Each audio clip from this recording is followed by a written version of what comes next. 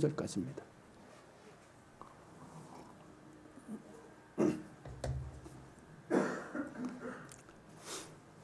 고린도전서 13장 11절서부터 13절까지.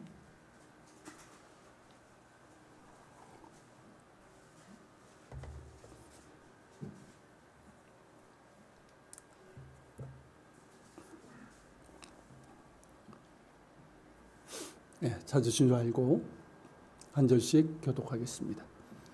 내가 어렸을 때는 말하는 것이 어린아이 같고 깨닫는 것이 어린아이와 같고 생각하는 것이 어린아이 같다가 장성한 사람이 되어서는 어린아이의 일을 버렸노라.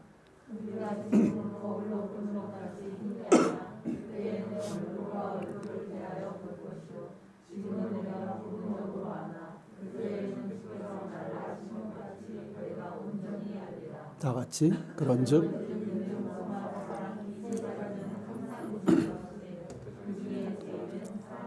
아멘. 예수 그리스도의 부활은 역사적 사실입니다.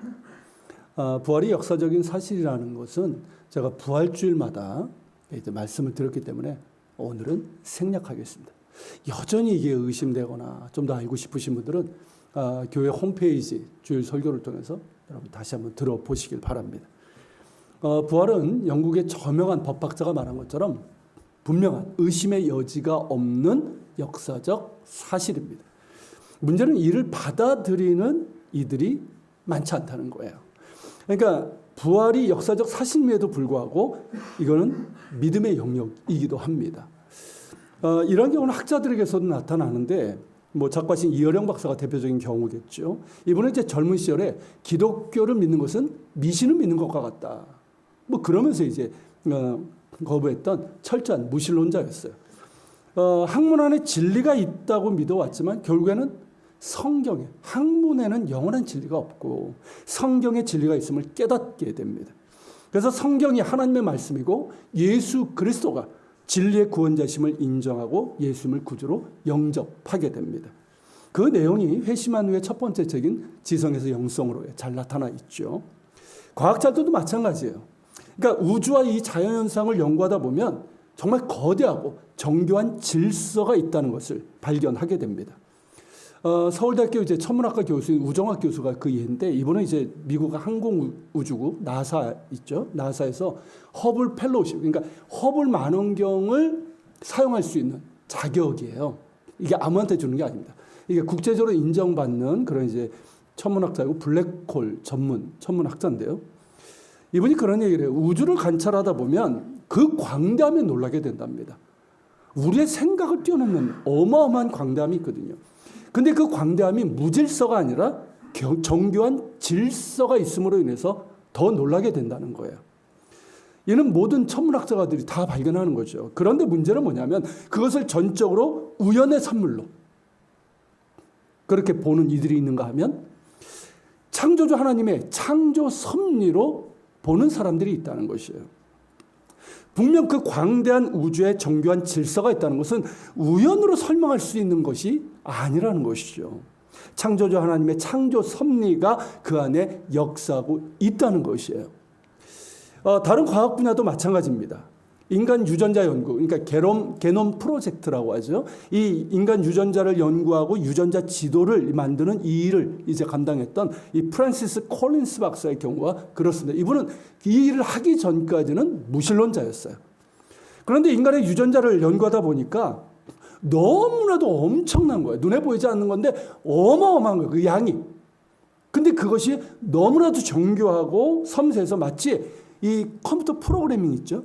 이 프로그래밍을 해놓은 것처럼 아주 이제 정밀하게 그렇게 해놓은 것과 같음을 보게 되었습니다. 이것은 단지 우연과 진화의 산물로는 설명하기에는 너무나도 정교하고 섬세하다는 거예요. 그러니까 리차드 도킨스가 말하는 것처럼 만들어지신 이 얘기를 하잖아요. 그러니까 이런 우연과 진화의 산물로서는 도저히 볼 수 없다는 거죠. 그만큼 정교함과 섬세함이 있다는 거죠. 그래서 이제 프란시스 콜린스 박사는 창조주 하나님의 존재를 믿게 되고 이후 예수님을 구주로 영접하게 됩니다. 이렇듯 창조주 하나님의 창조 섭리가 분명하고 성경과 예수 그리스도의 부활이 역사적 사실이고 충분히 논리적으로도 증명 가능함에도 불구하고, 물론 모든 것이 그런 건 아니에요. 그렇지만 그것을 믿는 사람과 믿기를 거부하는 사람의 차이가 있다는 것이죠. 그러기에 믿는 자가 복이 있다고 하시는 거예요. 아무리 역사적 사실이고 분명한 사실임에도 불구하고 믿지 않는 자는 화가 있는 것이고 믿는 자는 복이 있습니다. 전도서의 말처럼 청년 시절, 청소년 시절에 창조주를 기억하는 자, 창조주 하나님을 기억하는 자는 복이 있습니다.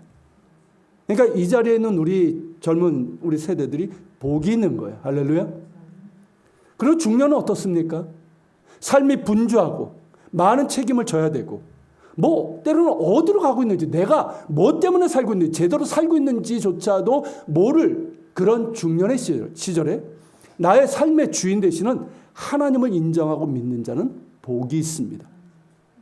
하나님을 믿는 중년이 복이 있는 거예요. 하나님 없는 중년은 위험합니다. 인생의 끝자락에서, 노년은 어떻습니까? 인생의 끝자락에서 한없이 후회하고 다가올 죽음을 두려워하고 혹은 여전히 내려놓지 못하는, 이걸 노욕이라고 그러죠. 이 노욕이 생길 수 있는 노년 시절에 나의 구원이시고 생명이시고 소망이신 예수 그리스도를 믿는 자는 복이 있습니다. 예수 믿는 노년이 복이 있는 거예요. 돈 많은 노년이 복이 있는 것이 아니라 예수 믿는 노년이 복이 있는 거예요. 창조주 하나님을 믿는 자는 복이 있습니다. 구원자 예수 그리스도를 믿는 자는 복이 있습니다. 예수 그리스도의 십자가 구속과 부활을 믿는 자는 복이 있습니다. 할렐루야. 시연 사랑해.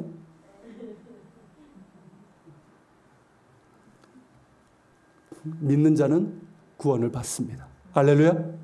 믿는 자는 하나님의 자녀가 되는 권세를 받습니다. 믿는 자는 인생의 참된 의미와 목적 가운데 살게 됩니다. 믿는 자는 살아계신 하나님의 은혜와 능력 가운데 살아가게 됩니다. 믿는 자는 영원한 하나님 나라에 들어가 주님과 함께 영원한 복락을 누리며 살게 됩니다. 믿는 자는 복이 있습니다. 그러므로 믿는 자가 되십시오. 믿는 자는 복이 있습니다. 만일 도마처럼 의심이 있어서 믿지 못하겠거든 믿음을 구하십시오.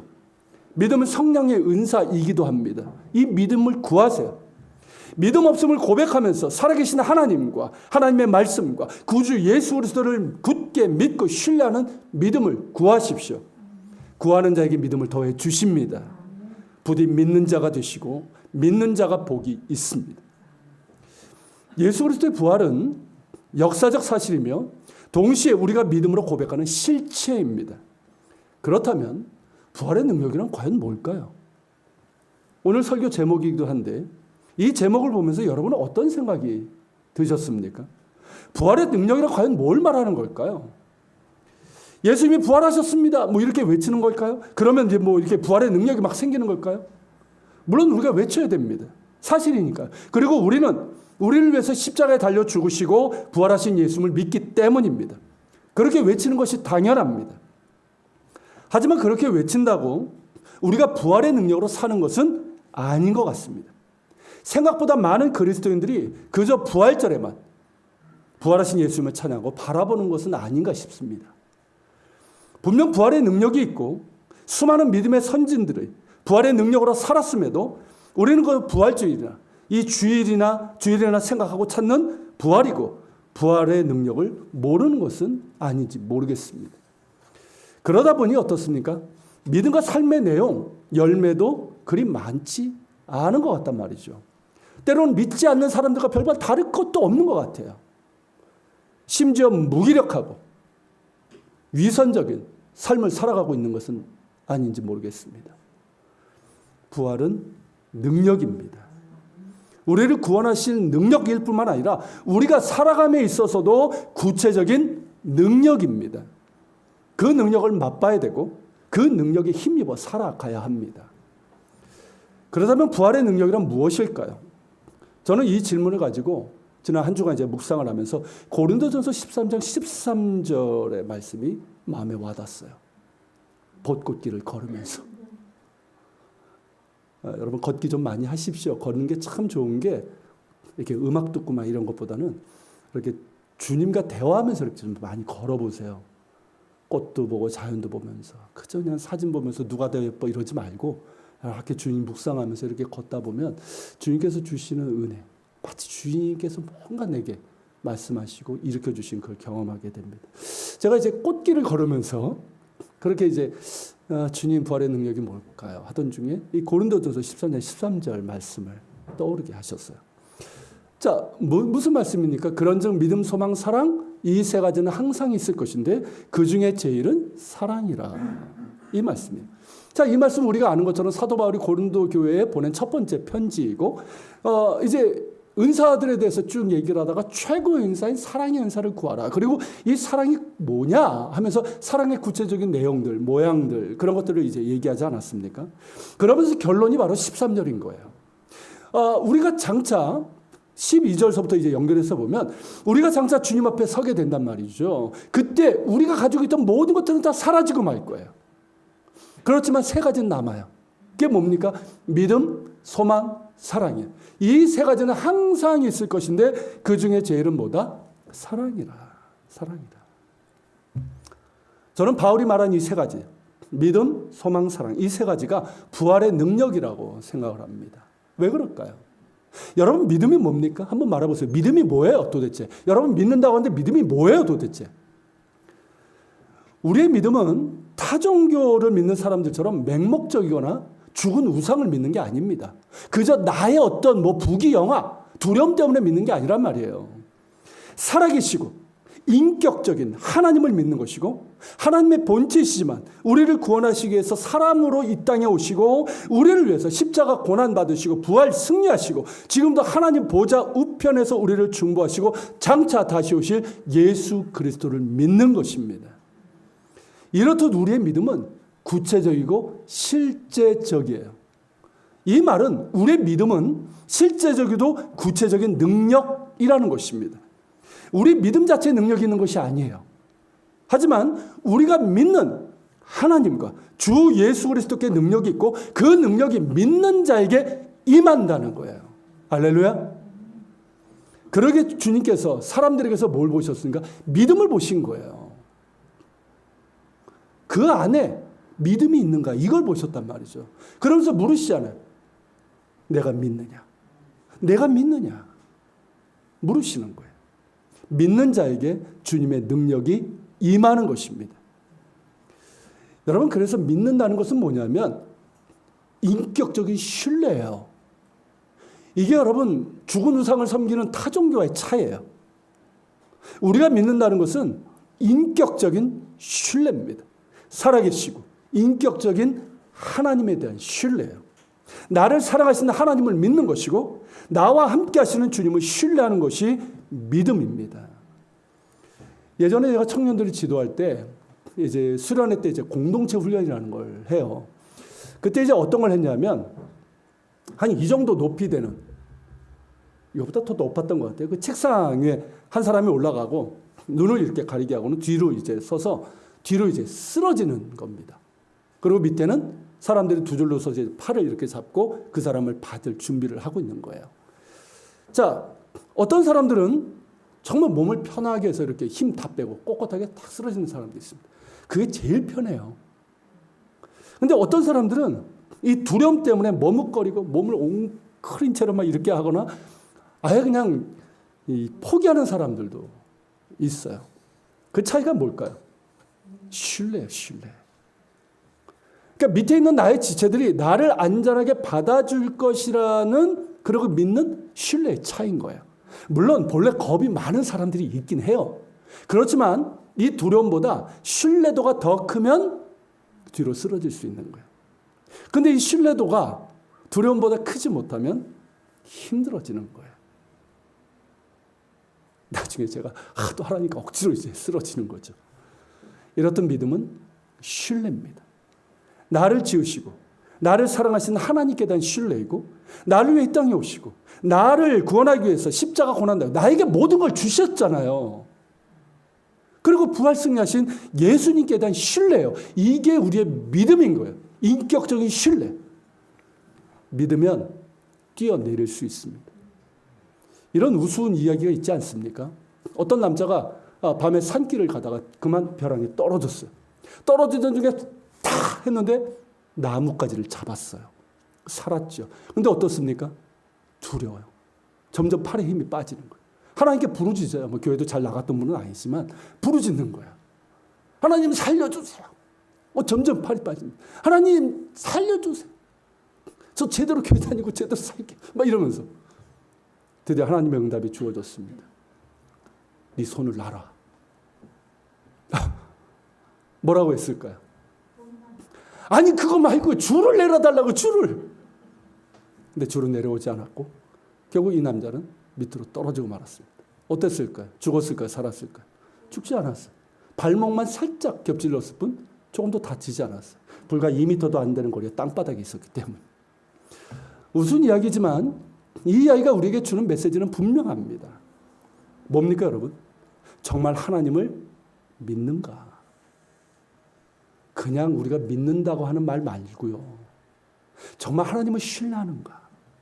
나를 사랑하시고 나를 지으시고 사랑하시고 나를 구원하게 해서 당신의 모든 것을 내어주신 하나님을 신뢰하는가 하는 거예요. 믿으면 뛰어내릴 수 있습니다. 이건 실제 벼랑을 말하는 것이 아니라 이 상황적인 벼랑을 말하는 거예요. 괜히 벼랑에 가가지고 하나님을 시험하지 마십시오.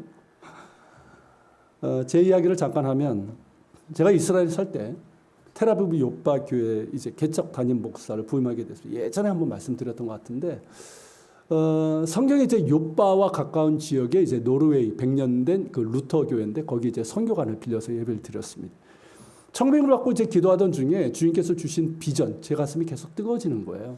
그래서 이제 받아들였는데 문제는 성도랑은 2가정 반이에요. 뭐 이분들이 뭐 어떻게 이제 뭐 사례비를 정상적으로 이렇게 줄 수 있겠습니까? 저 역시 가진 돈도 없었고 후원도 제대로 없었던 상황이었기 때문에 성지순례 안내, 그러니까 생계형 가이드를 하고 있었을 때였어요. 그래서 이제 한 달에 한 번은 제가 안내를 해야지만 먹고 살 수 있거든요. 뭐 애들 셋인데 어떻게 합니까? 그래서 이제 그렇게 되면 저는 주일 한 주를 빠질 수밖에 없습니다. 양해를 구했고 그분들도 이제 수용을 했어요. 문제는 이제 부임 첫째 주일부터 청년들이 온 거예요. 그러니까 이제 학교 후배기도 한 그런 이제 청년인데 얘가 이제 소문을 내가지고 데리고 온 거예요. 근데 얘네들이 그러니까 굶주림에 있는 거예요. 3중 굶주림. 그러니까 일단 이제 영적인 굶주림이 있고요. 정서적인 한국 사람이 얼마나 반가운지 그리고 한국 음식에 대한 굶주림. 이 3중 굶주림이 있는 거예요. 그래서 워낙 굶주렸는지 너무 좋아하고 다음 주에도 오겠다는 거예요. 근데 저는 다음 주일에 성지순례 안내가 잡혀 있었어요. 그래서 다음 주일에는 제가 못 오니까 여러분끼리 모여서 잠시 기도하시고 말씀 보시고 그리고 교제를 하십시오라고 해야 되는데 그 말을 차마 못 하겠는 거예요. 제 마음이 너무 불편했어요.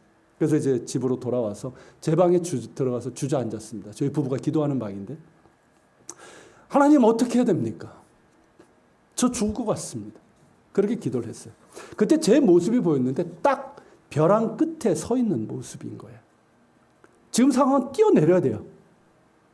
근데 뛰어내리면 죽을 것 같은 거예요. 하나님 어떻게 합니까? 저 죽을 것 같아요. 근데 하나님께서 말씀하시는 거예요. 뛰어내리라. 내가 받아줄 것이다. 제 마음 가운데 분명하게 말씀하시는 거예요. 근데 그 순간 제 마음 가운데 염려, 두려움이 다 사라지고 정말 평안이 많은 거예요. 안 죽을 것 같은 거예요. 그래서 바로 나와가지고 전화를 했어요. 여행사 사장에게. 저 가이드 못하고 앞으로도 못합니다. 상황은 얘기했죠. 불과 3일 남겨두고 그렇게 한 거예요. 그러니까 그분이 얼마나 당황을 해요. 이해는 하지만 당황을 한 거죠. 그렇게 해서 저는 뛰어내렸어요. 어떻게 됐을까요? 우리 5가족. 살았을까요? 죽었을까요? 보시는 것처럼 살았고요. 이스라엘에서 사는 동안 정말 하나님이 신실하신 분이에요.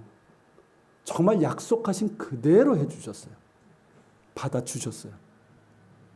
교회도 그렇고 우리 상황도.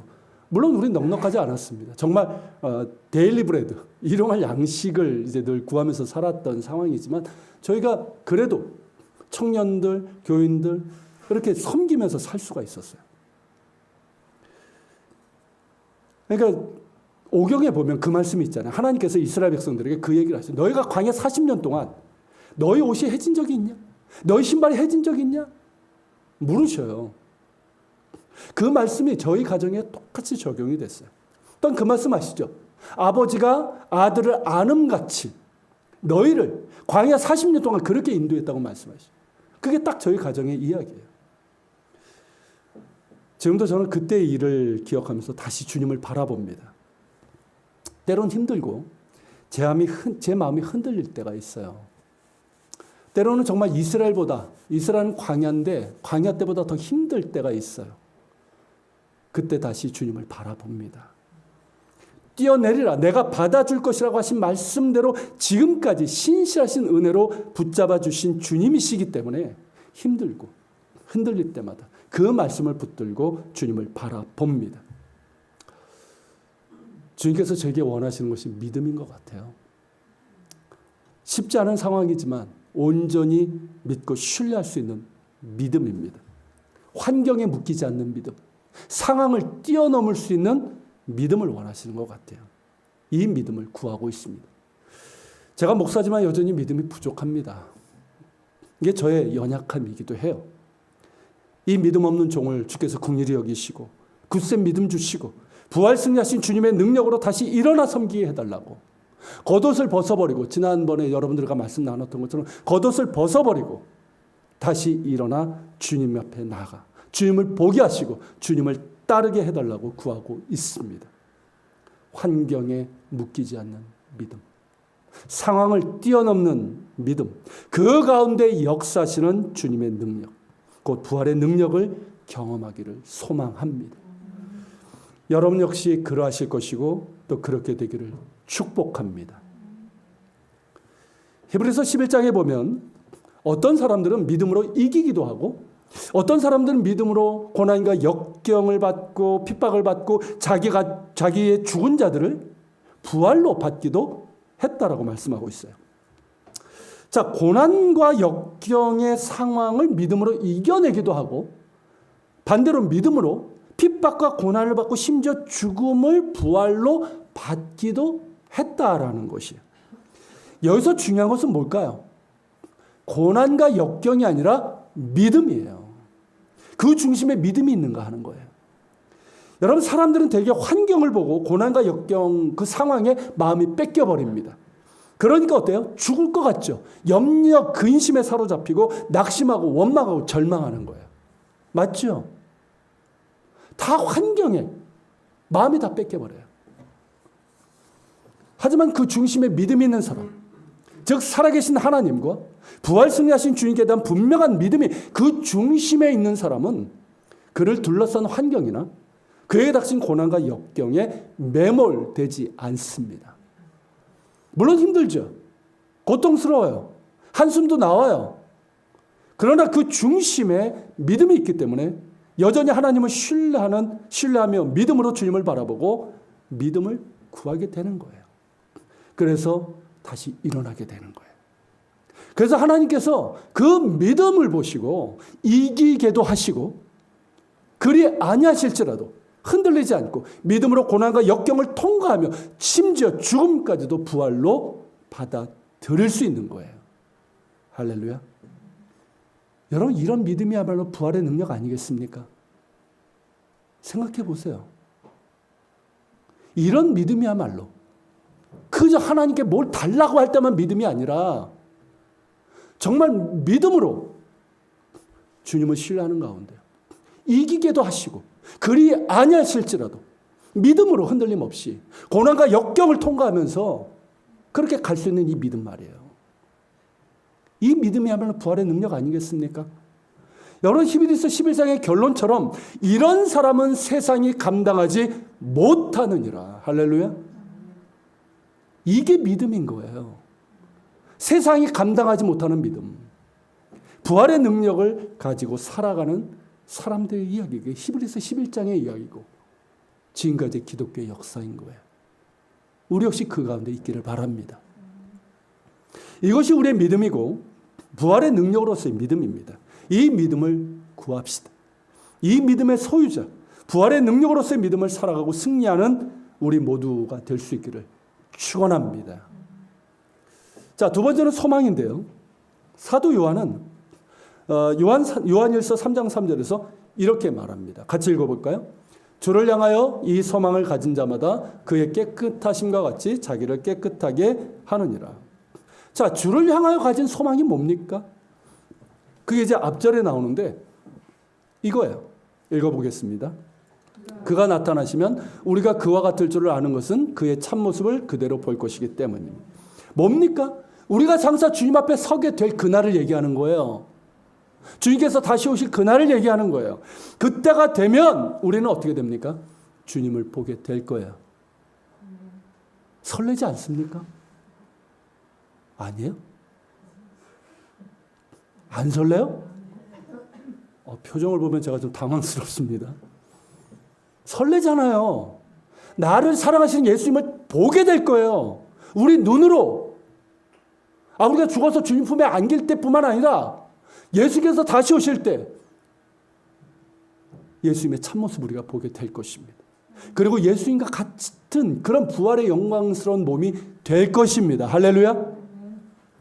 이 소망이 우리에게 있단 말이죠.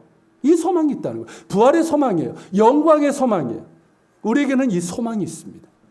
또한 이 소망은 장래뿐만 아니라 지금도 주님께서 우리와 함께 하신다는 소망이에요. 믿습니까, 여러분? 또한 우리 가운데 성령님께서 우리 안에 선한 일을 이루어 가고 계시다는 소망이에요. 저는 이 소망을 갖고 있습니다.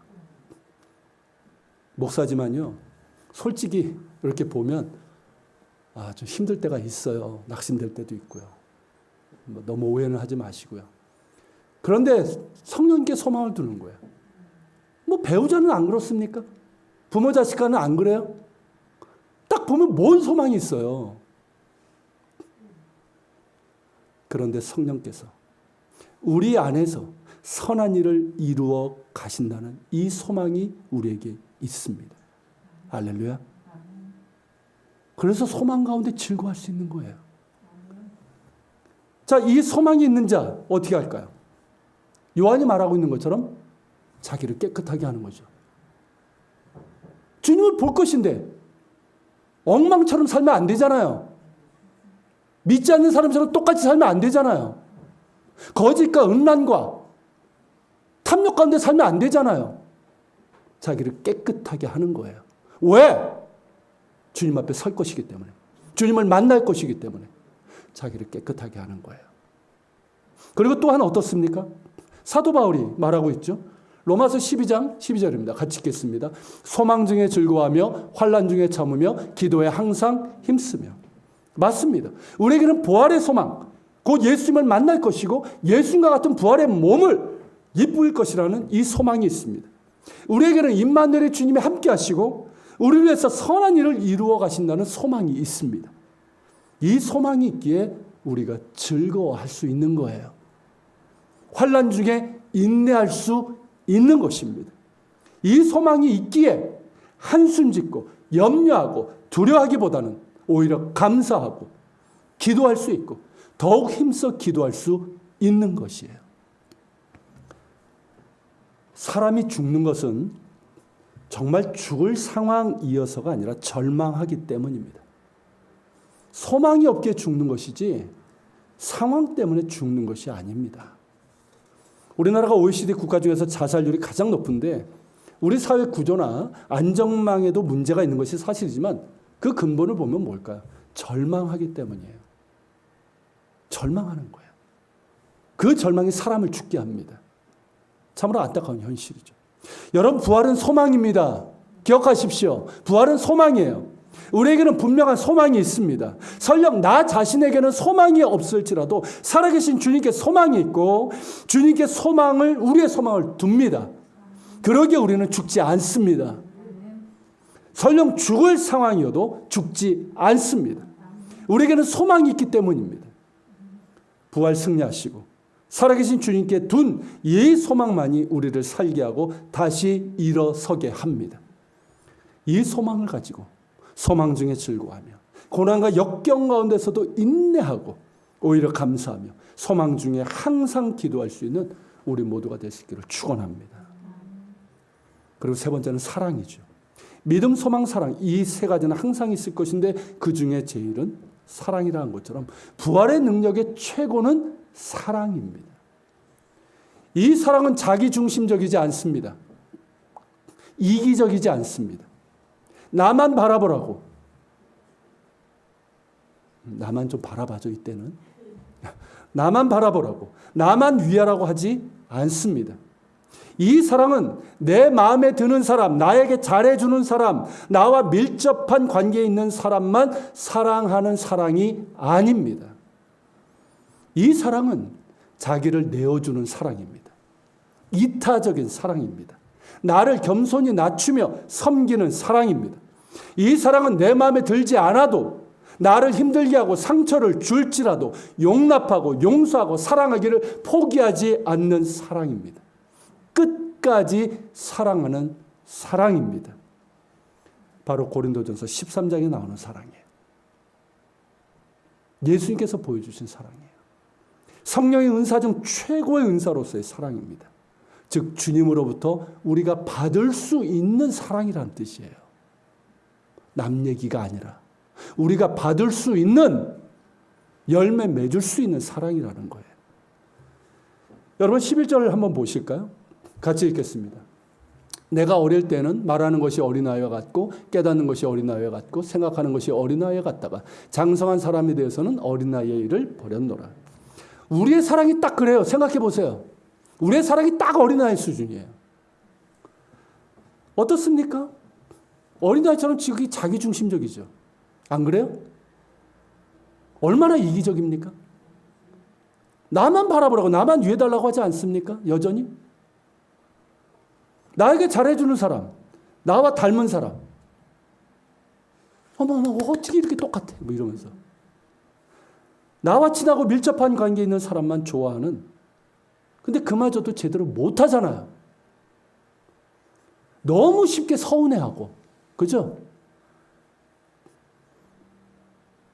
너무 쉽게 서운해하고, 너무 쉽게 오해하고, 아무렇지 않게 상처 주고, 또 상처받고, 원망하고, 미워합니다. 딱 어린 아이와 같아요. 이게 우리의 수준이란 말이에요. 안 그렇습니까, 여러분? 우리 솔직해지자고요. 이게 우리의 수준이에요. 그러기에 여러분 배워야 합니다. 배워야 돼요. 성숙한 사랑을 배워야 돼요. 그래서 장성한 사람의 사랑으로 성장해야 됩니다. 바울은 성령의 은사를 말하면서 최고의 은사로서의 사랑을 말했어요. 이 사랑의 은사를 구하라는 뜻이에요. 여러분 그래야 됩니다. 여러분 기도하실 때 뭐 은사 구하십니까? 구하실 때 이 사랑의 은사를 구하십시오. 사모하시고 구하세요.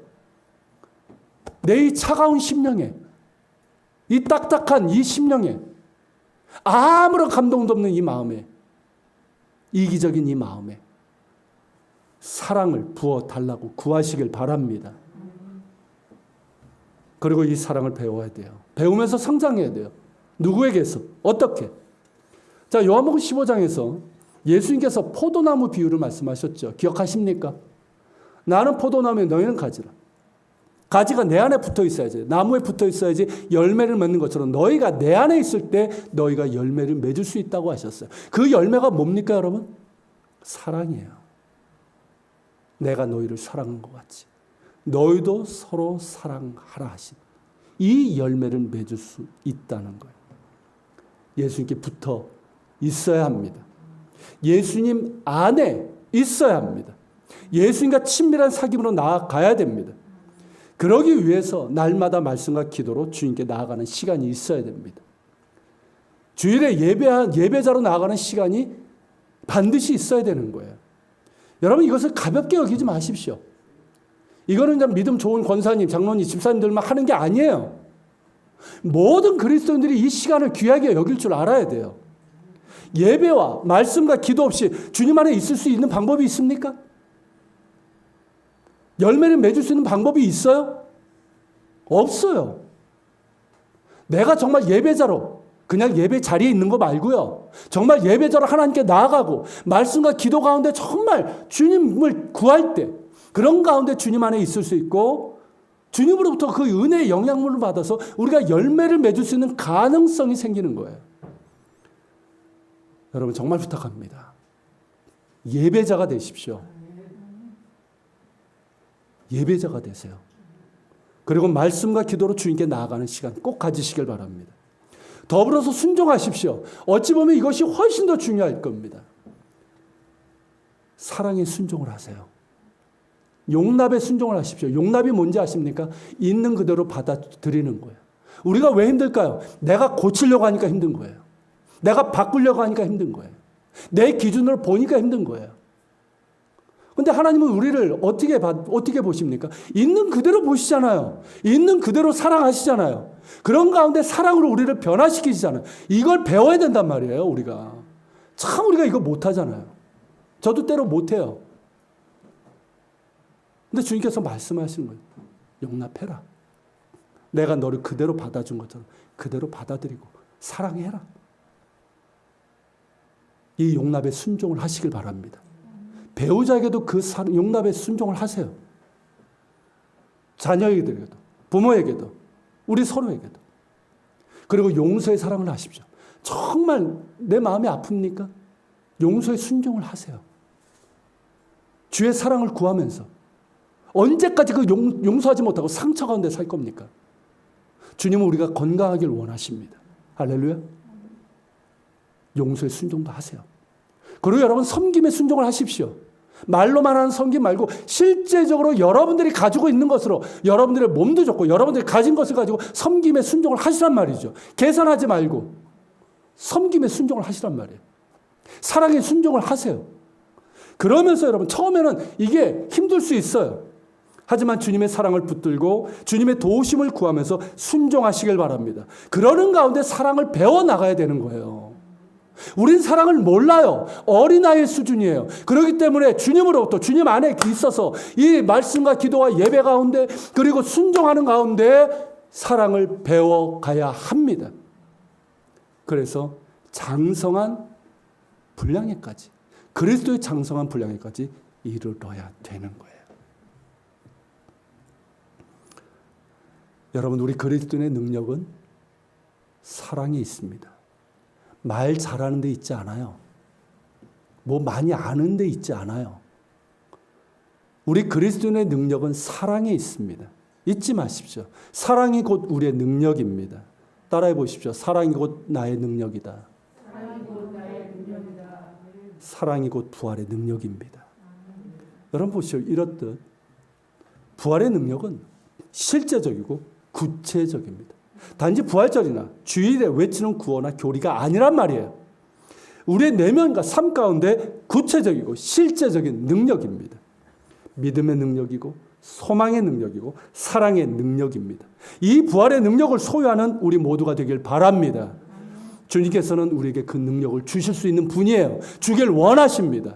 구하십시오. 사모하십시오. 더욱 주님을 바라보시고 주님 안에 거하고 주님과 동행하는 우리 모두가 될 수 있기를 축원합니다. 말씀을 기억하면서 같이 기도합시다. 한번 여러분 자신의 모습을 한번 봅시다. 나에게 정말 이 부활의 능력을 살아가고 있는지, 믿음의 능력, 소망의 능력, 사랑의 능력, 나의 부족함을 그대로 고백하면서 구합시다. 주님 종에게, 이 믿음 없는 자에게 믿음을 주시고 쉽게 절망하는 저에게 소망의 능력을 주시고 어린아이 같은 나에게 주님 닮은 사랑을 부어주시고 성장하게 하여 주시고 부활의 능력으로 살아가게 하여 주시옵소서. 우리 같이